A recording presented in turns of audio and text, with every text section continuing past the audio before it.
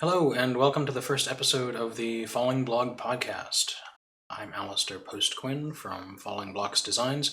If you're not familiar with my work, go visit me at double-knitting.com or just watch on. This podcast is going to consist of a number of short segments rather than a long-form exposition. While I can certainly talk about myself for hours on end, I don't expect you to sit and watch me do that. So the segments you might see in one of my episodes include the Fallingblox report, a quick update on what's going on in my knitting life, and maybe a little bit on what's going on in my non-knitting life. What's on my needles, a tour of what I've been knitting recently, works in progress, experiments, and the occasional finished project. Pattern focus, an in-depth exploration of one of my published patterns, the story of its design, challenges I faced, how I got over roadblocks, etc. Signal boost. A lot of other people are doing exciting things in the knitting world and the knitting adjacent world, and I want to make sure I've got some time to boost those signals to show off things that other people are doing that I think are exciting. And finally, the technique of the month. Every episode is going to end with a quick technique video, just a little how-to that will probably end up also getting posted up separately on YouTube, but this is just an easy way for me to get more little techniques out into the world, more little double knitting techniques. Of course, I'll stay open to the possibility of adding new segments in the future, but this is a good place to start. I hope to have 4 to 5 segments in each episode, so the whole thing shouldn't be more than half an hour long. This segment is the segment that will have some sort of update on what's going on in my knitting life. And really the biggest thing that's going on in my knitting life right now is this podcast. So I wanted to talk a little bit about how this podcast came to be. About a year ago, I started doing Facebook live streams to talk about my knitting work in a video format, each one of them focused on a particular pattern or a particular facet of double knitting. Even at that point, though, I had some ulterior motive. I was really sort of testing the waters to see about the podcast format in the future. At the beginning of the Facebook live streams, I had a lot of engagement, I had a lot of interest, and of course when my house burnt down and I kept doing them, I got a lot of people tuning in to get updates on that and see how they could help, and I thank you all very much if you were among those folks for your interest and your support. But over time, since then, the live interest has appeared to go down, and the later interest has certainly gone up. So it seems like this is the time when I ought to switch from the live format to the format that allows me to do a little bit more production work. So I'm recording ahead, and then I can do some further editing and other stuff that supports the video work. It was sort of my hope to start in with some higher production values in the video podcast, but the perfect is the enemy of the good, and I figured that it's probably better to get something out rather than continue to wait until I've got everything just the way I'd like it.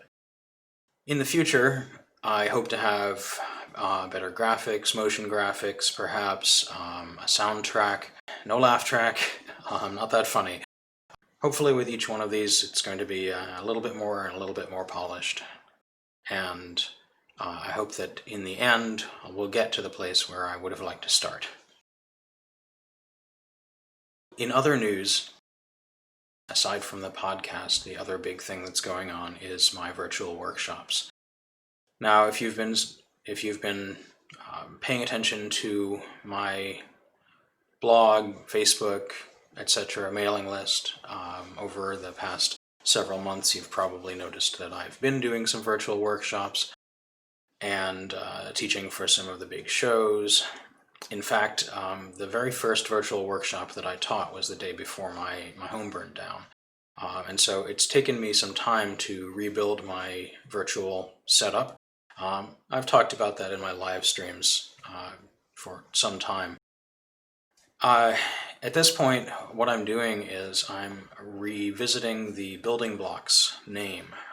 So I'm taking the building blocks workshop week, which I did back in the spring of 2019, and I'm taking sort of the concept of that, where I teach my own workshops without a middleman, and applying it to my virtual workshops. So if you go to double-knitting.com/buildingblocks, that's BUILDINGBLOX, just like Fallingblox, you will find a listing of my virtual workshops. Now, of course, I do have my main calendar, my double-knitting.com/calendar events calendar that has yes, those workshops plus the workshops that I'm teaching for the big shows, for local shops, for guilds, and in person eventually. But the building blocks workshops are a little different. First of all, the big shows tend to be running their workshops at a 2-hour time slot. It's been a bit of a challenge for me to squeeze some of my workshops into 2 hours. Some of them are just fine. But some of them I've had to change them a bit to make sure that I can fit those techniques into a 2-hour slot. The building blocks workshops, however, are still in the 3-hour slot that you'd get if you were doing an in-person workshop. I realize that's kind of a long time for a lot of people to hang out on Zoom, but I do make sure that there's a break in between, and it so far has worked out pretty well. The other thing that's interesting about the building blocks workshops that's different from others is that they're all based on a sliding scale fee. I didn't want to keep anyone from being able to take one of my workshops, so I made it a pay what you want within limits. So everything starts at $30, which I feel is actually pretty reasonable if I manage to fill the class.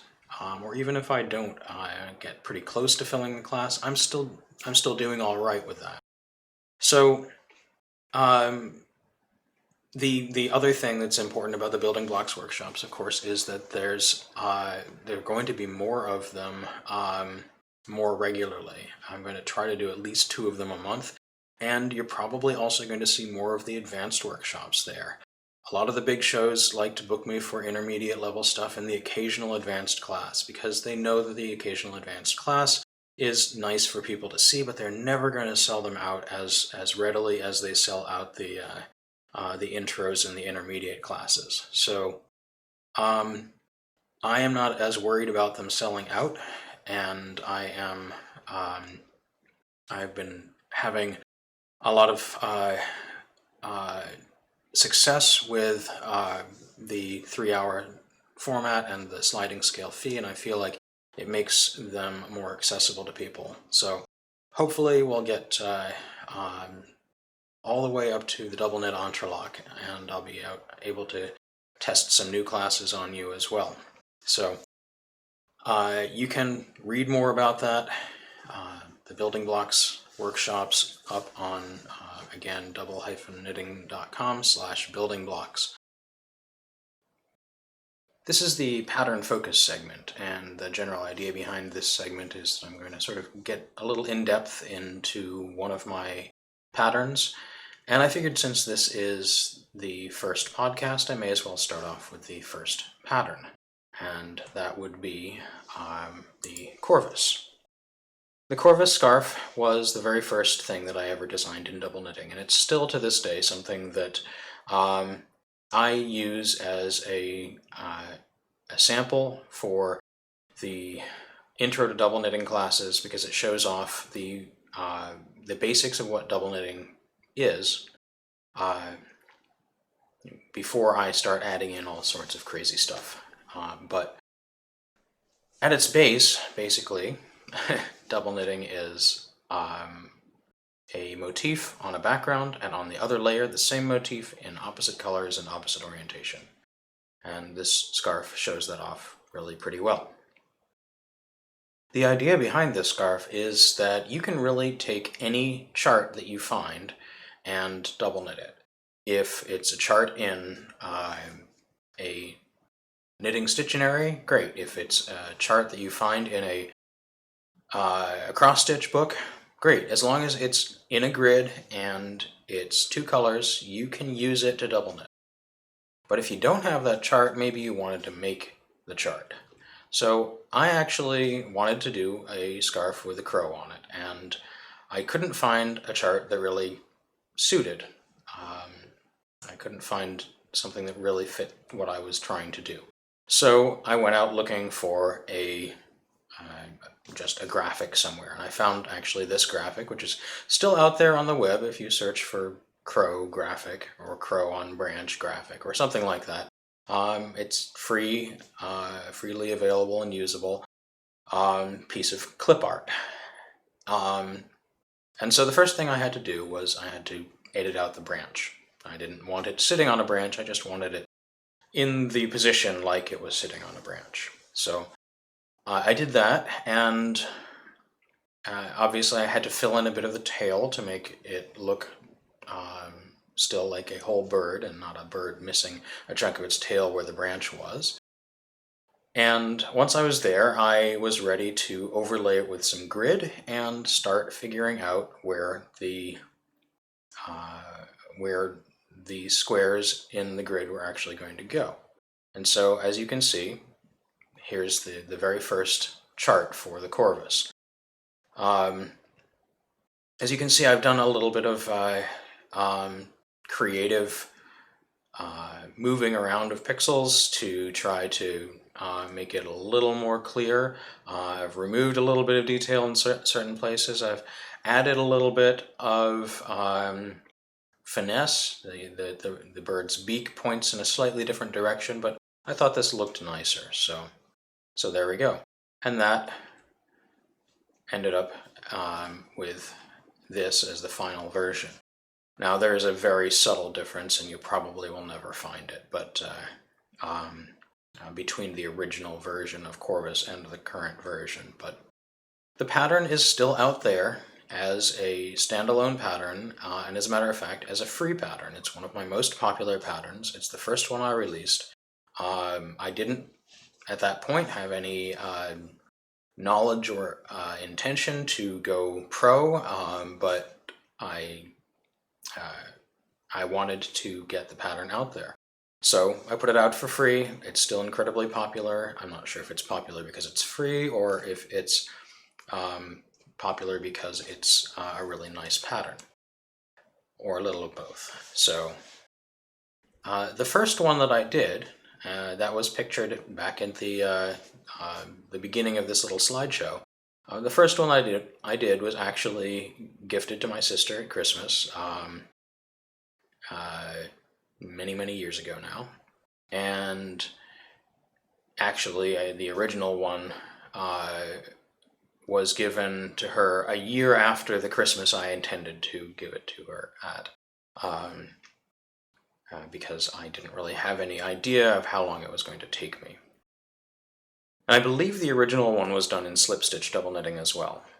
I did a second one as a commission piece for a friend of mine who saw a photo of it and said, "I really have to have that and I'll pay you to make one." And he at the time went by DJ Crow with a K, and he had to have one for his image. So there he is, wearing the second one of them. And that was the last one that I ever made. The one that I show off now was done by a sample knitter. And it's photographed in books. You see it anytime I do an intro class, but at this point I hope not to have to do another one anytime soon. Fortunately, it did make it out of the fire, so I don't have to do another one, and I don't have to commission someone else to do it. So this has been the Corvus scarf. It's a real nice beginner piece, simple to follow, elegant to wear, and cozy. It's made in Barocca Ultra Alpaca. And again, it's free on Ravelry. If you're not that interested in extreme double knitting, which is the book where it shows up, you can just grab the pattern. So I'm going to do one of these little segments on a different pattern every time I do this podcast. And if you've got any requests, I'm not intentionally going to do them in order, so I might touch on the second pattern that I designed in the next podcast, but I could jump into something else. So if you'd like to see something in particular, feel free to comment, and I will take your requests into account. I may or may not use them, or I may use them sooner rather than later. So this is the segment where I get to show you what's on my needles, and a lot of this stuff is very much no longer on my needles, but it still works in progress, and I thought you'd like to see some of it. This is sort of a view into what I've been working on, successes, failures, directions that I've been thinking about going and may continue, and some of them are dead ends. But I'm going to bring up a little window here and show you some new stuff. So this little sample is a piece that I worked on in my Design Your Own Double Knit Hat class. It's a class that I've started running again for the first time in over a decade. Previously I used to run it when I would teach at local shops, semi-local shops, where it was possible for me to drop in on 2 separate weekends, teach one class on one weekend, and then have a bunch of homework and have them come back in and take the other half of the class a week or 2 weeks later. That really hasn't been practical for me to do since then. On the national teaching circuit, typically I'm there for a weekend at the most. But now on Zoom, it's possible to do something like that again. So, and there is one show, Stitches at Home, that has sort of formulated workshops that work that way. So I've started teaching those classes again, and this was one of the samples that I did for the most recent class. I don't actually have the sample that I did for the first one.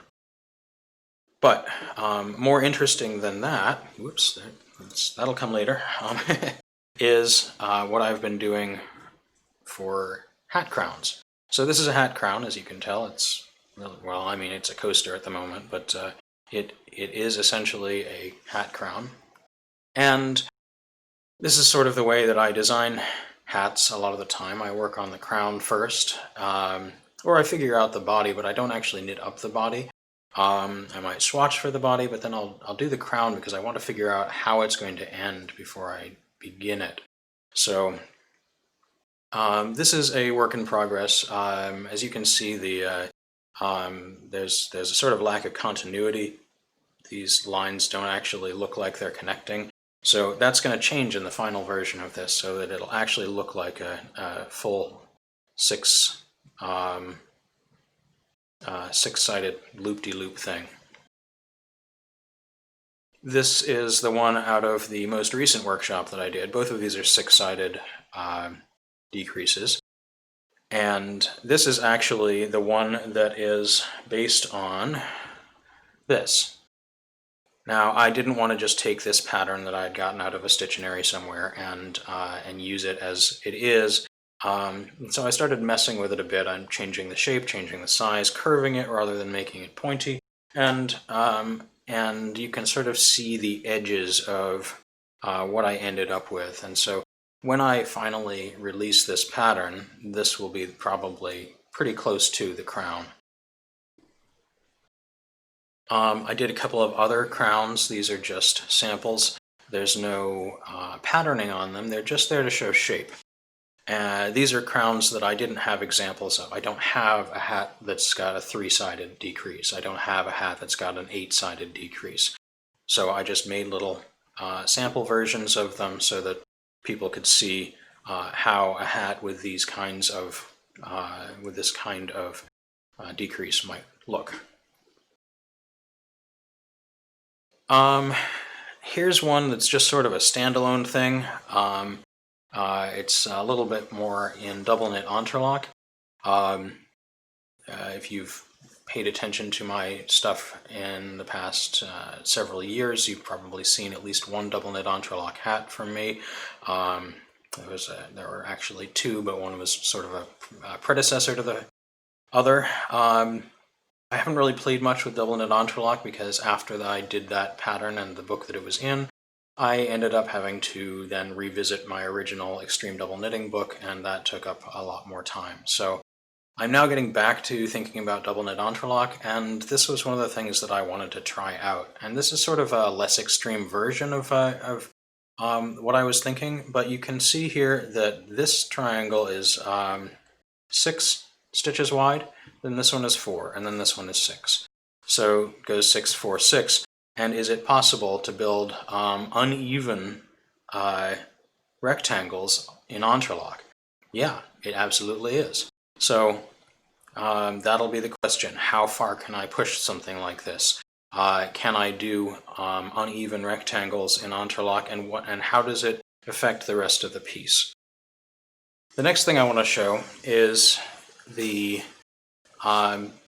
work in progress from the metal hat.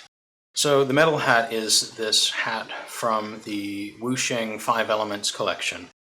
The Chinese 5 elements are fire, earth, metal, water, and wood. So fire and earth are out as patterns. Water is done, but I can't release it until metal comes out. Metal is the next in the sequence. Metal is the one that I have not been able to figure out what I'm going to do with. And so it's been a real tribulation trying to figure out exactly how I'm going to show metal. And one of the ways that I'm doing it, of course, is with the yarn selection. And so I'm going to show this little bit right here. I don't know if you can see it, but both of these yarns have little metal flecks in them. So I don't know if you can see any of the sparkling going on here. This, as you can see, is a little test of some cables done on marled knitting. So there are 2 color cables done on marled knitting, and they really just kind of disappear with the single stitch here. They're a little better with the 2 wide cables up here, but I wasn't convinced that this was really going to work. It's just looking a little messy. So the original plan was going to be something vaguely like this. Now, all of the hats have this droplet form in them, and the challenge really has been, how do we put this droplet into something that's metal-like? And the original version of this was a plan, and I don't have the sample right here, unfortunately, but was a plan to do the hat from both directions and weave and seam them together so that you get a droplet going in one direction fused with a droplet going in the other direction. And it's hard to explain, but it didn't work. So that's the important thing. I had to go back to the drawing board, and this is where I went first. So I'm really just showing this to show the droplets so that you know where we're starting from. So I wanted to do something different with the droplets, and so I started trying to fuse them together to see whether that would work, and it really doesn't. This looks awful. So that's a goner. I tried to shorten them to give us something that sort of looked like scales, and so I'd have this rounded bit here. Continuing in a round, and then an offset version of it like this, and continuing like that. But it just, again, looks messy, and I was unable to find a good way to do that. The last one that I tried was this one, where I managed to clean it up quite a bit. But in the end, it just ends up looking like diamonds. There's not really any reason to do the kinds of decreases that give me this sort of curve shape that I really liked. So I'm going back to the drawing board on those droplets, and I decided that what I wanted to do was integrate two different things. First of all, cables. I do want to have cables in there. Second of all, I wanted to try out the concept of color changing and reverse double knitting. So as you can see here, we've got standard double knitting to begin with, just regular old color changes. Partway up, the color continues, but the stitch order changes, so that I've got reverse double knitting along the backgrounds of the cables. The cables continue on in standard double knitting.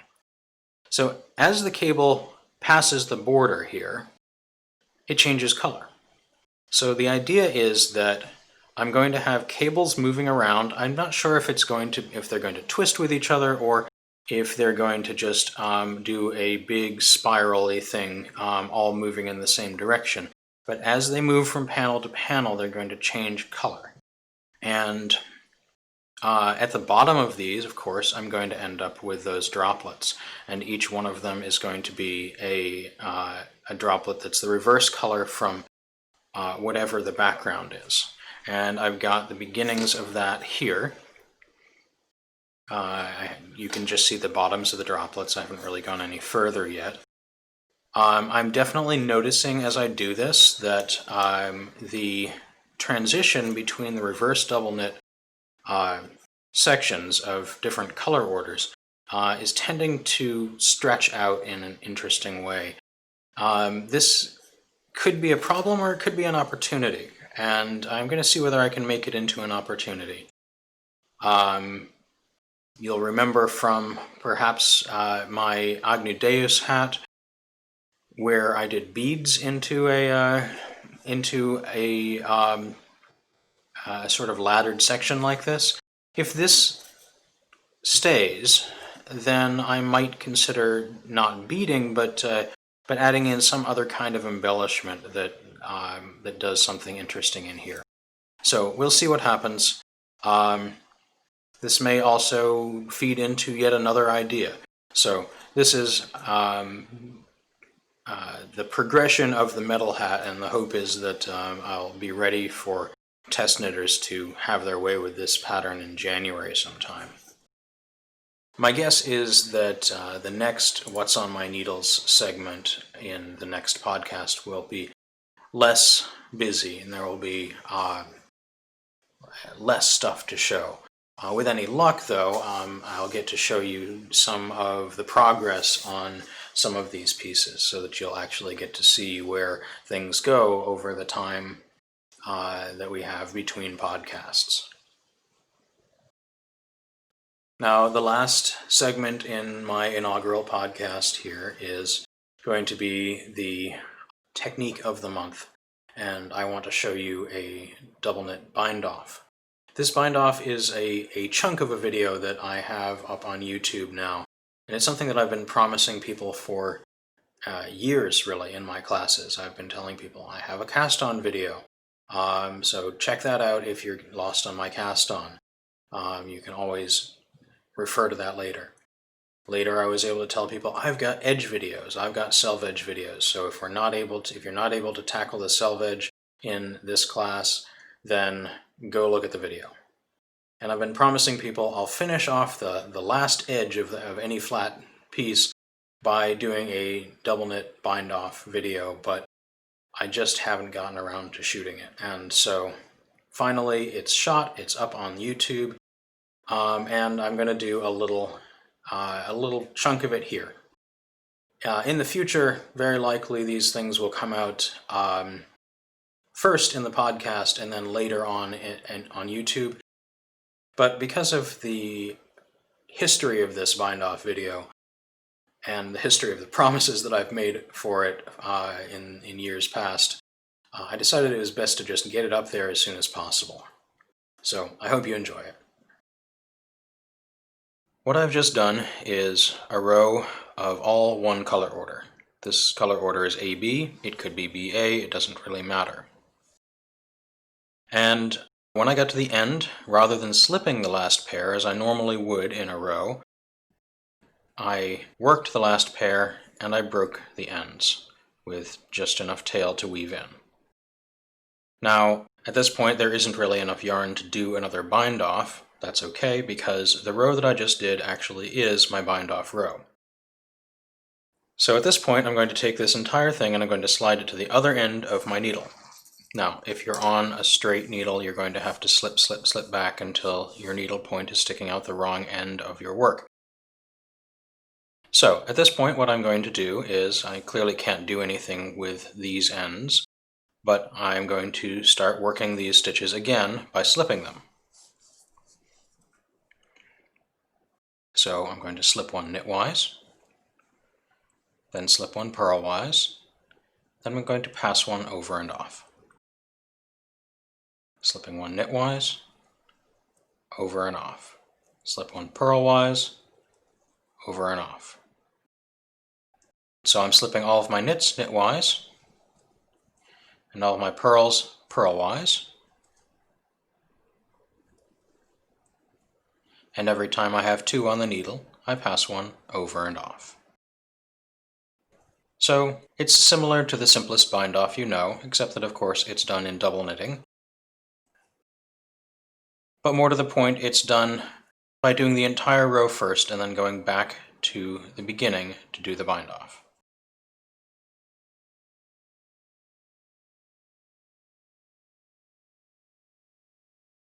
Just going to do a little fast forward here.